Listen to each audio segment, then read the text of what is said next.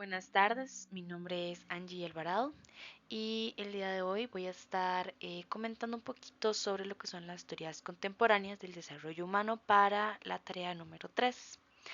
En esta presentación, pues básicamente quiero explicar lo que son las principales teorías de lo que sería el desarrollo humano y cómo se relacionan con el aprendizaje. Estas teorías nos ayudan a comprender, ¿verdad?, cómo cambia física, emocional y socialmente una persona a lo largo de su vida. ¿Qué es el desarrollo humano? Pues básicamente el desarrollo humano es el proceso que experimentamos todos nosotros, ¿verdad? Desde que nacemos hasta que envejecemos y morimos. Son cambios básicamente físicos, emocionales, sociales y cognitivos. Lo que son los investigadores han tratado de explicar cómo ocurre este desarrollo, ¿verdad? Y se han planteado dos preguntas que son súper importantes. La primera es, ¿verdad?, que si los niños, ellos ya traen como su propio desarrollo, como que ellos se desarrollan de una forma autónoma, digamos, ya vienen de nacimiento de esa manera, o si son moldeados, ya sea por su familia, por el ambiente en el que crecen, por las situaciones, etcétera, ¿verdad? Y la segunda pregunta es si el desarrollo es de forma continua o que se da mediante etapas claramente diferentes.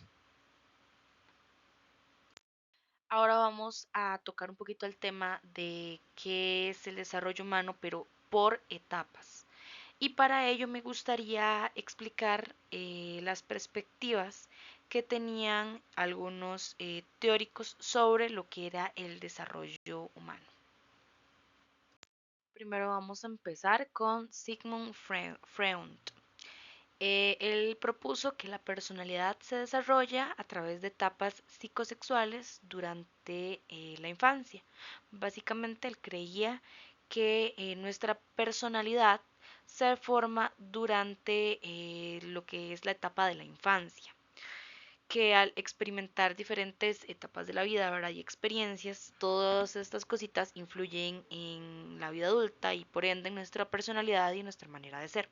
Para poner un ejemplo rápido para que quede más claro, por ejemplo, un niño que crece en una familia que le da amor, que le da seguridad, que lo cuidan, ¿verdad? Que ese niño tiene una infancia pues bastante bonita.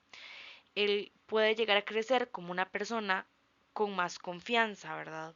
Mientras que un niño que crece en una familia completamente tal vez disfuncional, donde ha tenido experiencias súper negativas, obviamente pensaríamos bajo este desarrollo psicosexual que él se desarrollaría con inseguridades, ¿verdad? Cuando ya sea pues un adulto.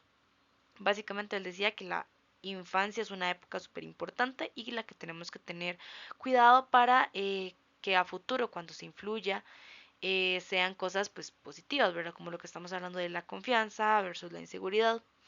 Él decía que muchas de las conductas que nosotros llegamos a tener de adultos vienen a raíz de las experiencias que tenemos cuando somos niños. Luego tenemos a Eric Erikson. Básicamente él plantea que durante toda la vida nosotros tenemos que enfrentar diferentes desafíos, ¿verdad? Que nos hacen desarrollarnos. Es básicamente un poquito como tomando las ideas de Freud, pero como enfocado un poco más a lo que es el tema de las relaciones sociales. Por ejemplo, él decía que, por ejemplo, como cuando somos bebés, ¿verdad? Nosotros aprendemos a confiar o desconfiar en una persona. Cuando ya somos niños, aprendemos a ser independientes. Cuando estamos en la etapa de la adolescencia, nosotros buscamos descubrir quiénes somos. Y de adultos buscamos lo que sería una relación estable y aportar algo a la sociedad. Luego tenemos a Piaget, que básicamente él estudió cómo cambiaba la forma de pensar de un niño, ¿verdad?, entrando en la etapa adulta. Él descubrió pues que los niños no pensaban igual a cómo pensamos ya nosotros los adultos, que la manera en la que razonan es súper diferente y que va evolucionando de acuerdo en la etapa en la que se encuentren. O sea que básicamente el niño pequeño cree, por ejemplo, que la luna es la que lo sigue a él, ¿verdad? Y entonces es un pensamiento que tal vez de niños tiene sentido, pero tal vez al llegar a una etapa adolescente y ya uno entiende ciertos conceptos y un poco cómo funciona el tema de la ciencia, ya obviamente este tipo de ideas tal vez te van a parecer un poco absurdas, ¿verdad? Entonces es un pensamiento que evoluciona, no continúas pensando de la misma manera como pensabas cuando eras un niño. Y así sucesivamente para muchos otros pensamientos que tal vez inclusive tenemos en la adolescencia, donde consideramos que hay muchas cosas que son súper importantes, como por ejemplo la apariencia, donde mentalmente es una de nuestras prioridades en esa época. Y a veces cuando ya nos convertimos en adultos pasa a ser algo súper secundario, donde tal vez ya no importa tanto si uso maquillaje o no, o si tengo la ropa de moda o no. Se vuelve algo diferente, ¿verdad? Mentalmente hablando, que básicamente consideramos que cambian nuestras importancias, ¿verdad? De que ya esto no es tan importante, razonamos diferentes, tenemos una madurez diferente, entonces obviamente el pensamiento que tenemos de niños, que tenemos de adolescentes y que tenemos de adultos nunca va a ser el mismo. De hecho, se podría decir que el pensamiento en sí se vuelve mucho más complejo a medida que nosotros crecemos.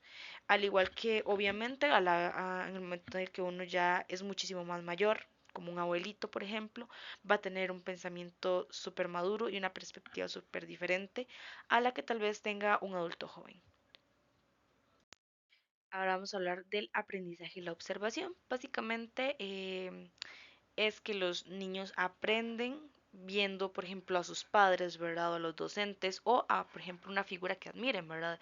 Si tienen admiración por un futbolista o por alguna figura famosa del medio, pues probablemente van a querer imitar esas acciones. De hecho, Albert Bandura explicaba exactamente eso, que las personas aprendemos observando y que intentamos imitar estos modelos, ¿verdad?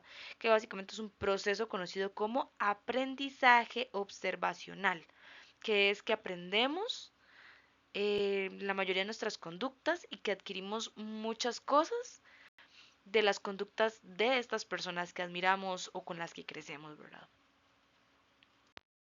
La importancia del entorno. Urié Bronfenbrenner explicó que el desarrollo estaba influenciado por múltiples ambientes, como por ejemplo el ambiente familiar, el ambiente que tenemos en la comunidad, ese ambiente que experimentamos también en la escuela, ¿verdad? Otros aspectos como los amigos, como la cultura, todo esto viene a ejercer un punto, ¿verdad?, de desarrollo humano. ¿Qué quiere decir esto? Que básicamente nos influencia, por ejemplo, lo que es la cultura. Si crecemos en un lugar donde la cultura pone ciertas cosas normalizadas, pues obviamente vamos a crecer viendo esto de esa forma y lo vamos a tomar como algo nuestro y va a ser parte de nuestro desarrollo y de nuestra forma tal vez de expresarnos o de ser, ¿verdad? Esto básicamente significa que una persona no se desarrolla de forma aislada, sino que esta persona cambia conforme con las relaciones sociales que tiene en su entorno. El desarrollo humano y el aprendizaje, que para mí creo que es una de las más importantes y bonitas, tal vez, ya que también viene a conformar una parte de que si nosotros, por ejemplo, de niños no tuvimos la oportunidad de aprender a escribir, por decir algo, aun cuando somos adultos mayores, tenemos esa capacidad de desarrollo, ¿verdad? De que podemos aprender habilidades o cosas que en su momento tal vez no aprendimos.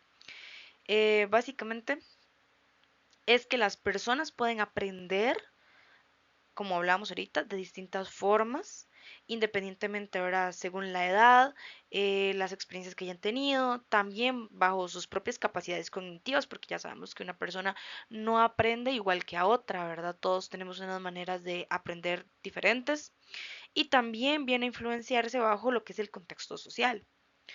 Estas teorías, por dicha, nos ayudan a nosotros como docentes, ¿verdad? A que sepamos cómo adaptar las estrategias educativas que queremos llegar a utilizar, de acuerdo a a las necesidades que tiene cada etapa de desarrollo. No es igual explicarle a un grupo de niños que explicarle a un grupo de adultos mayores, ¿verdad? Hay que hacerlo de una manera diferente, abordarlo según las necesidades que tengan el grupo de personas a las que se les está enseñando. Ya para concluir y cerrar un poco lo que es este tema, podemos decir que el desarrollo humano es un proceso hermoso, ¿verdad? Es súper complejo, involucra demasiados cambios, ¿verdad? Tanto físicos, emocionales, sociales, cognitivos, que atravesamos todas las personas a lo largo de lo que son nuestras vidas, ¿verdad? Y podemos decir que todas estas teorías que estuvimos comentando durante la presentación nos ofrecen unas perspectivas súper diferentes unas a otras. Algunas tal vez coinciden en algunas cosas, otras puede que sean completamente diferentes y difieran en la mayoría de las cosas, pero podemos coincidir en una cosa y es que todas de una u otra manera coinciden, ¿verdad?, en lo que realmente es el desarrollo humano y de lo fundamental que es entender el aprendizaje y la forma integral de las personas. Muchas gracias.